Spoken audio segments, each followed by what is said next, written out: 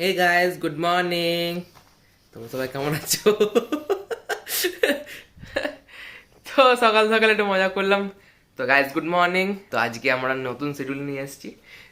তো আমরা 8:30টার সময় বেরিয়ে যাবো এখান থেকে, ঝাকাস এনজয় করবো। ওকে, আর শপিং হতে পারে আজকে। স্যার তো বলছিল, মেসেজ করে বললে যে শপিং হবে, তাই না বিশ্বরূপ? ও হয়ে গেছে, গলায় ব্যাংড হয়ে গেছে। কালকে রাত্রেবেলায় কেসে কেসে কেসে কেসে ওর অবস্থা খারাপ। আর সুরজিৎ তো ঝেড়ে ঘুম দিয়েছে। তো চলো রেডি হয়ে যায়, কারণ আমাদের ব্রেকফাস্ট রেডি হয়ে গেছে, নাহলে স্যার মিস আমাদের খুব বকবে। ওকে, লেটস গো। তো অলরাইট, আমরা সব বেরিয়ে পড়েছি এবারে। আবার নতুন প্লেসে যাব আমরা। আর বাস ওই সাইডে দাঁড়িয়ে আছে, অপোনেন্ট সাইডে। অনেক রকমের কুকুর এখানে ঘোরাঘুরি করছে। তো গাইজ, আমরা এখন রাষ্ট্রপতি ভবন এসেছি। রাষ্ট্রপতি ভবন মিউজিয়াম, এই যে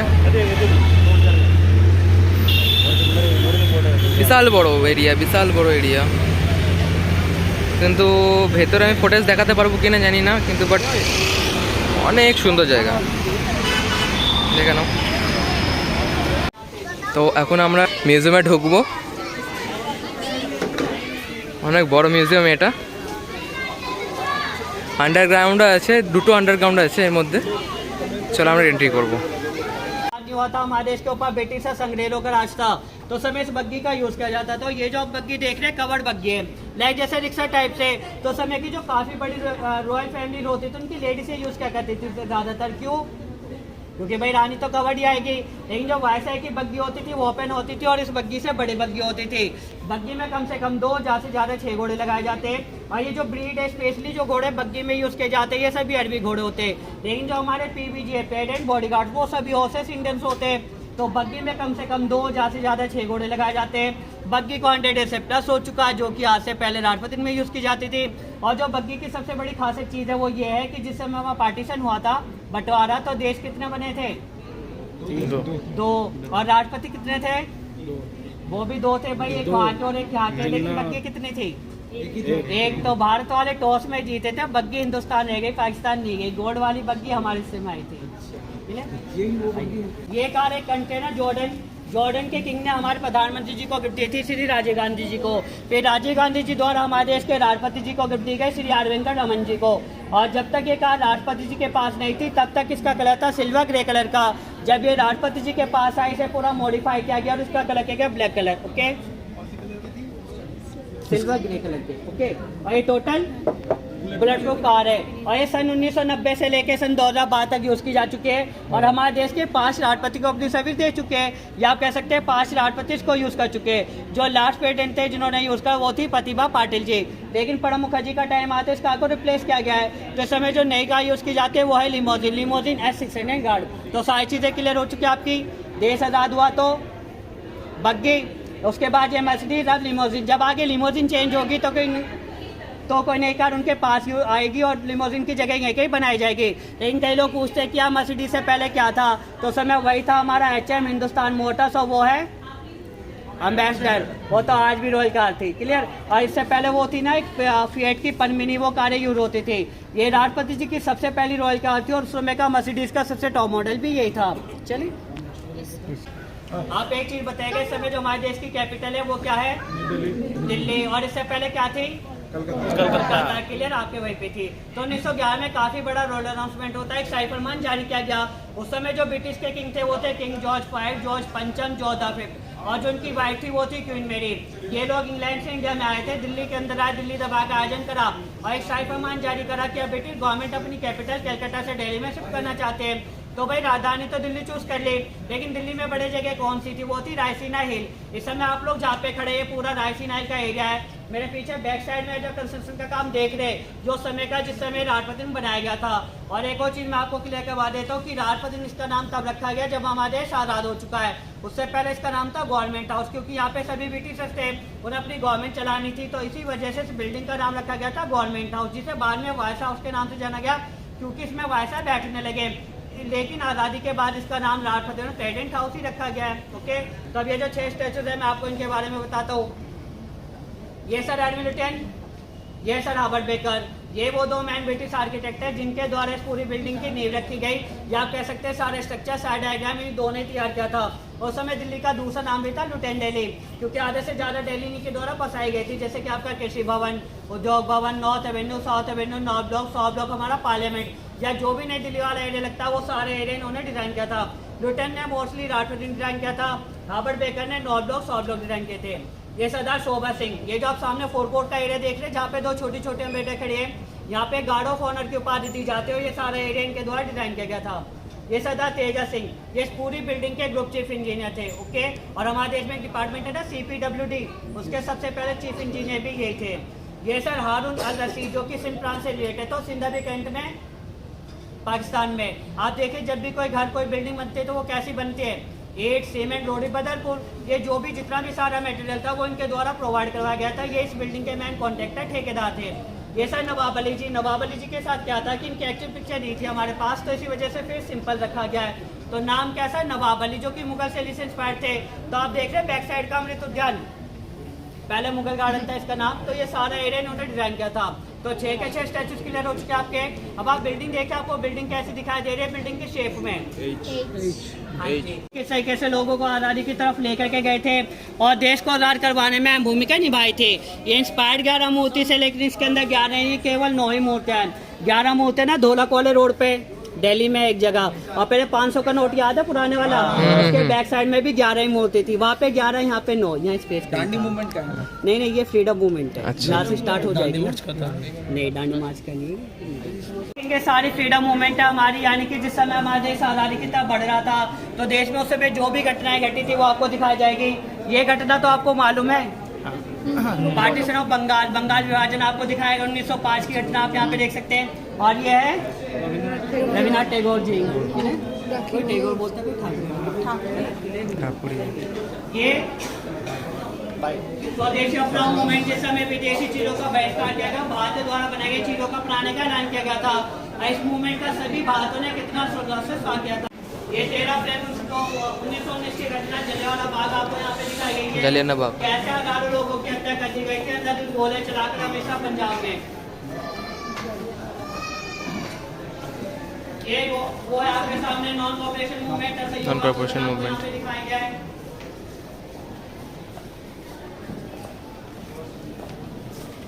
ये लाहौर अधिवेशन, लाहौर कॉन्फ्रेंस आपको दिखाई गई है, जिस समय रावी नदी के किनारे तिरंगा झंडा फहराया गया और पूर्ण स्वराज की घोषणा की गई। और आप देखिए झंडे के बीच में क्या है, चरखे के बाद अब इसमें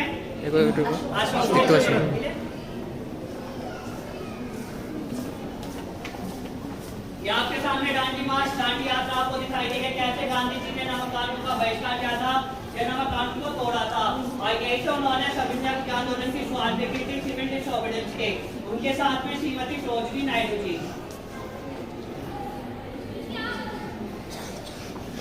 आपके सामने गवर्नमेंट की एक्ट जिस समय देखने आया था वो एक्टिविटी आपको दिखाई गई है। साथ ही आप देखेंगे रिजर्वेशन जिस समय ये हमारे देश में आया था, वो सारी चीज आप यहाँ पे देख सकते हैं।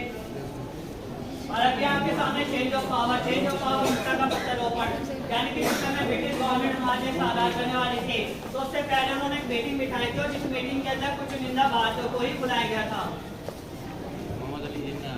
खुशी उस समय की जिस समय ब्रिटिश गवर्नमेंट ने ऐलान करा था कि 15 अगस्त के दिन हम आपका देश आजाद करके जा रहे हैं। तो उस समय जितने भी भारतीय थे वो चाहे किसी भी जाति धर्म या संप्रदाय से थे, सभी लोग खुश थे कि जिस दिन हमारी की सुबह खुलेगी तो एक आजाद भारत के अंदर खुलेगी। लेकिन हमारा देश तो आजाद हुआ, खुशी आई, तो साल में दुख भी आया था। दुख की चीज का था, पार्टीशन का, बंटवारे का। तो आपको यहाँ पर समय का दुख दिखाया गया जिस समय हिंदुस्तान पाकिस्तान का बंटवारा किया गया, कैसे लाखों लोग हिंदुस्तान छोड़ के पाकिस्तान गए थे और पाकिस्तान वाले पाकिस्तान छोड़ के हिंदुस्तान में आए थे। हम कोई गाना कोई स्पीच सुनते हैं वो कैसे सुनते हैं, टीवी पे, पेन ड्राइव पे या फिर नेट के थ्रू। ये सारी चीज़ आज से पहले अवेलेबल नहीं थी, उस समय ये चला करते थे रिकॉर्ड्स ग्रामोफोन पे। ओके, और साथ ही आप ये देखेंगे हमारे देश के अंदर जितनी भी डिफरेंट लैंग्वेज बोली जाती है उन सभी के पैटिस होंगे देशभक्ति गाने। आप जिस लैंग्वेज के ऊपर क्लिक कीजिएगा उसी लैंग्वेज का गाना स्टार्ट हो जाएगा, जैसे कि पंजाबी।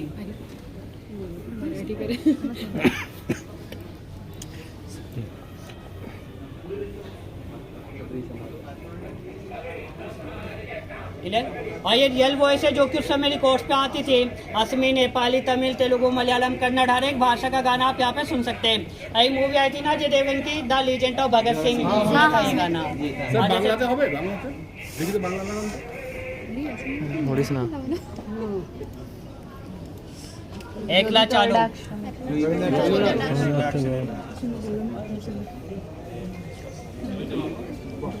कुछ पार्ट्स यहाँ पे आपको दिखाए गए हैं।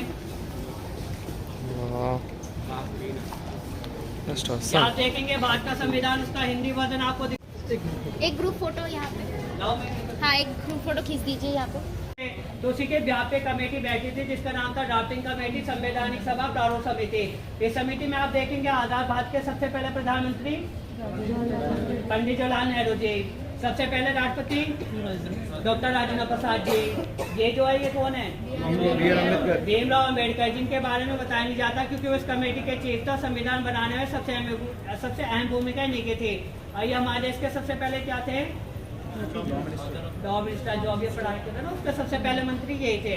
ये सरदार वल्लभ भाई पटेल जी जो कि उस समय हमारे प्रधानमंत्री थे। और ये मौलाना अबुल कलाम आजाद जी हमारे देश के सबसे पहले शिक्षा मंत्री थे। तो इनके द्वारा ये दिखाया जा ওটা কি জানিস, যে উপরের লোগোটা কি জানিস, উপরের শার্টটার ফটোটা কি জানিস সুমিত? না না, ওটা হচ্ছে ব্যাবিলনের সারের ব্যাবিলন। ওরে সাবাস। अब आप क्या देखेंगे, हमारे देश के सबसे पहले प्रेसिडेंट डॉक्टर राजेंद्र प्रसाद जी, उनके सिग्नेचर है। प्राइम मिनिस्टर जवाहरलाल नेहरू जी और deputy prime minister Sardar Vallabh भाई पटेल जी, जो समय के सिग्नेचर है, जिस समय उनके द्वारा ओथ ली गई थी, उनका शपथ समारोह हुआ था। या आप कह सकते हैं जिस समय हमारे देश गणतंत्र घोषित किया गया था, कब किया गया था, 26 जनवरी 1950 को। पे ओके ग्राउंड फ्लोर दो, इसमें बेसमेंट है। ये म्यूजियम का फर्स्ट बेसमेंट है। आप यहाँ पे क्या देखेंगे, जो हमारे देश के पूर्व राष्ट्रपति थे ना, जिनका सामान हमें मिला वो हमने यहाँ पे संजो के रखा है। साथ ही मैं आपको यहाँ पे कुछ गिफ्टेड आइटम दिखाऊंगा जो कि राष्ट्रपति जी को अलग अलग स्टेट, किसी कंट्री या फिर किसी संस्थान द्वारा दिए गए। लेकिन जो मेन गिफ्टेड आइटम आपको वही दिखाए जाएंगे, उन्हीं के बारे में बताया भी जाएगा। जैसे कि आप यहाँ देख सकते हैं, हमारे देश के पूर्व राष्ट्रपति श्री नीलम संजीवा रेड्डी जी, उनकी मेमोरेबलिया, उनका पर्सनल सामान जो उनके द्वारा यूज किया जा चुका है, उनकी बुक्स, उनकी डायरीज, उनके कपड़े, उनके चश्मे आप यहाँ पे देख सकते हैं। जैसे आजकल एक ट्रिमर आता ना, किसका आता है, फिलिप्स का, पहले चलता था फिलिप्स। हाँ, ये सारी चीजें आपसे पहले भी उसकी जाती है और आज भी उसकी जाती है।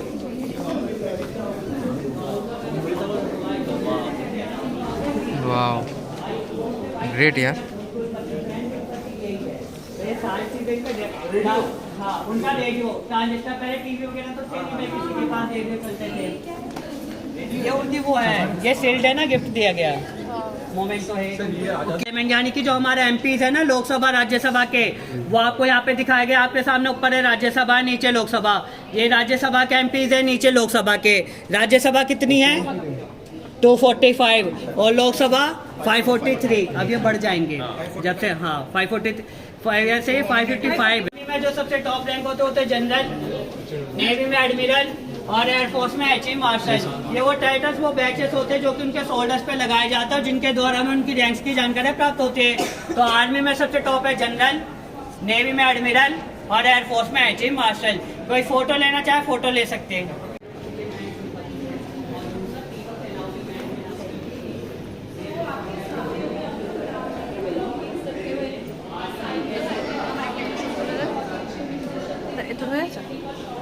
एक ग्रुप से कहीं भी दाएं बाएं नहीं होना, वरना आपकी काफी चीजें मिस हो जाएगी। ओके, अब आप यहाँ देखेंगे हमारे देश के पूर्व राष्ट्रपति श्री APJ अब्दुल कलाम जी, उनकी मेमोरेबलिया, उनका पर्सनल सामान जो उनके द्वारा यूज किया जा चुका है। ये कलाम जी की वो ड्रेस है जब उन्हें राष्ट्रपति चुना गया था, यानी कि जिस वक्त उनकी सेरेमनी थी, उनका शपथ ग्रहण समारोह। ये कलाम जी की वो ड्रेस है जिस समय उनकी मृत्यु थी मेघालय शिलोंग में। कलाम जी की बुक्स, उनकी डायरीज, उनके कपड़े, उनके चश्मे आप यहाँ देख सकते हैं। उनकी वीणा आप देखेंगे जिसे वो अपने खाली समय में बजाया करते थे, जिसका वो यूज़ किया करते थे।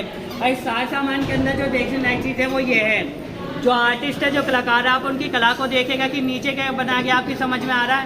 हाँ एकदम बिल्कुल सही। वो किसी के भी नहीं आता कि नीचे क्या बनाया गया, लेकिन उसका रिफ्लेक्शन पाइप पे आता है। कलाम जी की फोटो दिखाई दी आपको, ये म्यूजियम का सबसे बेहतरीन गिफ्ट है। इसके अलावा अभी दो और है, वो मैं आपको आगे भी दिखाऊंगा। जो आर्टिस्ट है उनका नाम है एस विर्दी, और जो ये स्टील है ये टाटा जमशेदपुर बोकारो स्टील प्लांट में वहाँ की स्टील है, और स्टील का भी शुद्ध रूप है, प्योर स्टील है। कोई फोटो लेना चाहे ले सकते हैं। ये कलाम जी की पर्सनल डॉक्यूमेंट्स है। पेडेंट थे फर्स्ट से लेकर के जो लास्ट पेडेंट है, उन सभी के यहाँ पे गिफ्टेड आइटम है। जो उनको अलग अलग स्टेट, किसी कंट्री या फिर किसी संस्थान द्वारा दिए गए। लेकिन जो मेन गिफ्टेड आइटम है आपको वही दिखाए जाएंगे। और जो लास्ट पेरेंट हम सभी की यहाँ पे एनिमेटेड वीडियो है, जो आप वीडियो देख रहे हैं वो एनिमेटेड है, लेकिन जो आप उनकी वॉइस, उनकी आवाज़, उनकी रियल वॉइस है। और ये 1 मिनट के स्पीचेस के बाद ये चेंज भी हो जाएगा और आप इसे चार तरफ से देखेंगे तो आपको इसका डिफरेंट व्यू दिखाई देगा। जैसे कि फ्रंट व्यू है, ये आपके सामने पेरेंट की स्टडी सारा ऑफिशियल काम होता है, उसका रेप्लिकेट मॉडल आपको दिखाया गया है। उनकी लाइब्रेरी, उनका फर्नीचर आप देखेंगे। छत के ऊपर आप देखेंगे कितनी प्यारी नक्काश है जो कि ब्रिटिश टाइम के ब्रिटिश काल को दिखाते हैं।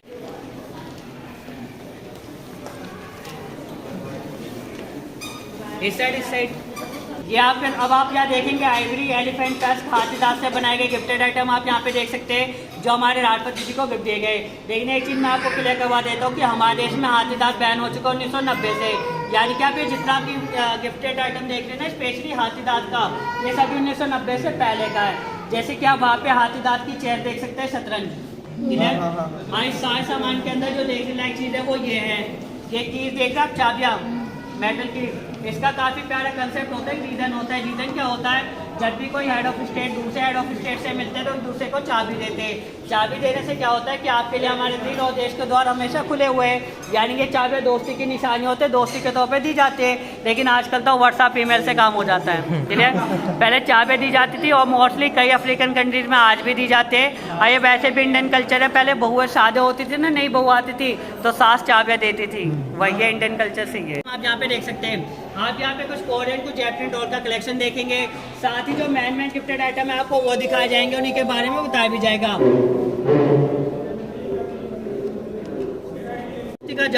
और ये पूरी सिर्फ गॉड क्रिएटेड है, उनके द्वारा यूज किया जा चुका है। उनकी बुक्स, उनकी डायरीज, उनके कपड़े, उनके चश्मे आप देख सकते हैं। उनका एयर इंडिया का बैग, एयर इंडिया की फ्लाइट है ना, जो उन्हें एयर इंडिया ने गिफ्ट किया था। और साथ उनका कैमरा, आज से पहले ऐसे कैमरा चला करते थे जो कि उस जमाने में ब्लैक एंड व्हाइट होते थे, जो उस टाइम का DSLR है। और क्या जो वो कार है ना, वो राजीव गांधी जी ने नहीं लौंग, इलायची लौंग, सिर्फ लौंग से बनाई गई है, मसाले लौंग से। और हमारे देश के सबसे पहले प्रेसिडेंट कौन थे? डॉक्टर राजेंद्र प्रसाद जी। उनको गिफ्ट दिया गया था इंडोनेशिया से। और 7 years से प्लस हो चुका, आज भी इसके अंदर लौंग की खुशबू आती है। आज भी लौंग की खुशबू आती है, थोड़ी कम हो चुकी है, ठीक है। और वैसे भी इंडोनेशिया अपने मसालों के लिए बहुत ही फेमस है। 50 का कोई देख सकते हैं और ये 100 का कोई है।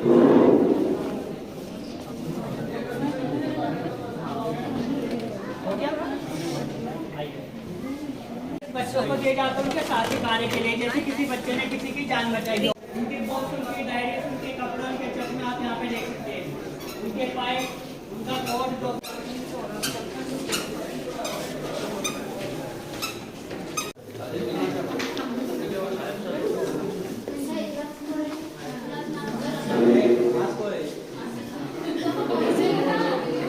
आराम से। अभी आपके सामने रसोई आप देखेंगे, जो राजपूत की रसोई है, किचन है, वो कैसी है, कैसे यहाँ पे शेफ काम करते हैं, कौन कौन से यहाँ पे बर्तनों का यूज किया जाता है, किस तरीके से यहाँ पे गैस चूल्हे जिनके द्वारा खाना बनाया जाता है, खाने की कैसे अरेंजमेंट की जाती है, वो सारी चीज आप यहाँ पे देख सकते हैं। एलिटिस किचन जो अंदर हाउस में उसका स्टैंडर्ड किसी को अलग अलग स्टेट, किसी कंट्री या फिर किसी संस्थान द्वारा। लेकिन जो मैन गिफ्टेड आइटम आपको वही दिखाए जाएंगे, उन्हीं के बारे में बताया भी जाएगा। ये जो यहाँ पे बंद है काफी बड़े भी है। बड़े क्यों है? उस समय के लोग काफी लंबे चौड़े होते थे, उनकी डाइट ज्यादा थी। और दूसरी बात एक और है, आजकल जो हम खाना बनाते हैं वो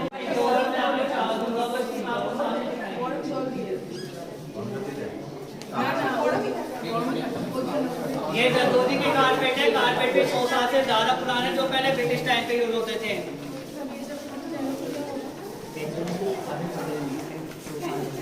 ये सारी क्रॉकरी, सारे बर्तन आप देखेंगे जो राजपूत में यूज किए जाते थे और आज भी यूज किए जाते हैं।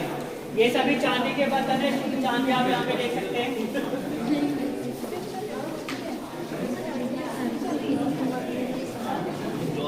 सिल्वर, इस साइड आइएगा। सॉरी।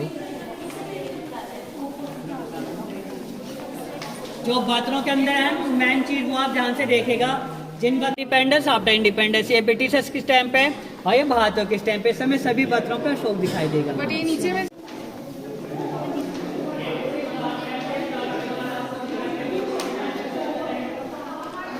राष्ट्रपति डाइनिंग टेबल ये এটা হচ্ছে 18 ক্যারেট গোল্ড।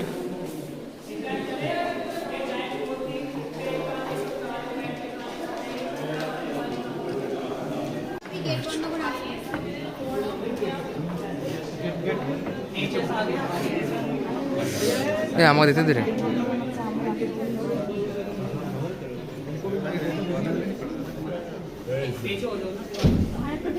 আরে এইখানে और नए युग की भोर में उनके साथ चलिए।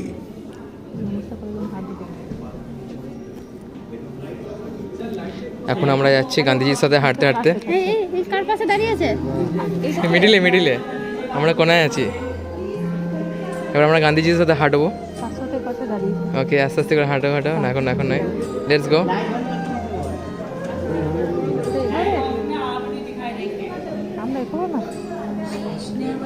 তাহলে হাঁটে আসে হায়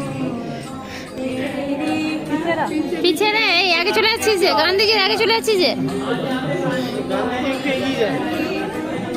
এমনি করে হাঁটছে তবে বলে পায়ে কিছু হয়েছে? এমা এমা এরা এরা এরা আগে চলে যাচ্ছে। গান্ধীজির আগে যাস না রে, এই তো আমরা। এই গান্ধী আগে চলে যাচ্ছি রে।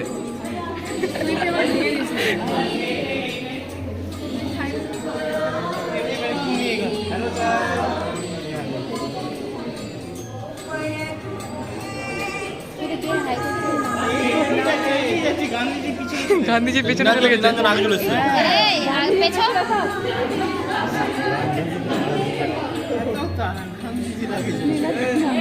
এই দাঁড়া সবাই, এগিয়ে চলে গেছে।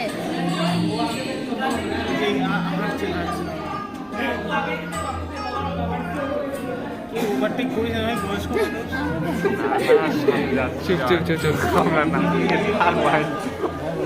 বাস বাস বাস আর নয় আর নয়।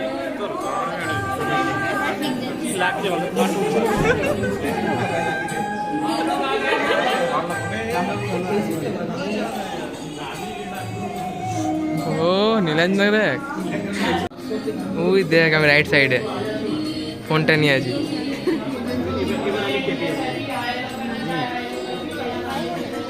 এই যে আমি হাত তুলছি right side, Gandhi ji OP. जगह का नाम है फ्लोरा एंड फौना। आप देखेंगे जो राजपत्रिन की नेचुरल ब्यूटी है, जो यहाँ का प्राकृतिक सौंदर्य है, कौन कौन से पेड़ पौधे या कौन कौन से जीव जंतु यहाँ पाए जाते हैं। और यहाँ का सबसे फेमस एरिया अमृत उद्यान, पहले मुगल गार्डन था, वो अमृत उद्यान है। ये राजपति जी का घर है, इनके घर के बैक साइड में पूरा मुगल गार्डन बनाया गया है। वाह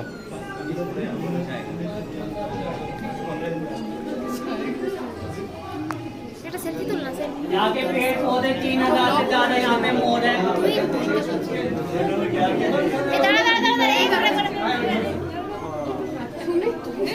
তুমি কি বাদিকে যা রো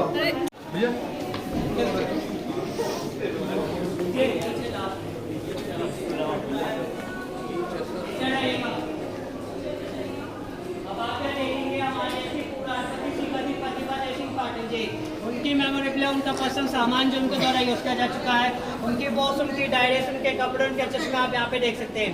ये सारे हो चुके हैं। आपकी पहले कैपिटल थी कलकत्ता, दिल्ली के बाद दिल्ली में शिफ्ट की गई थी 1911 में।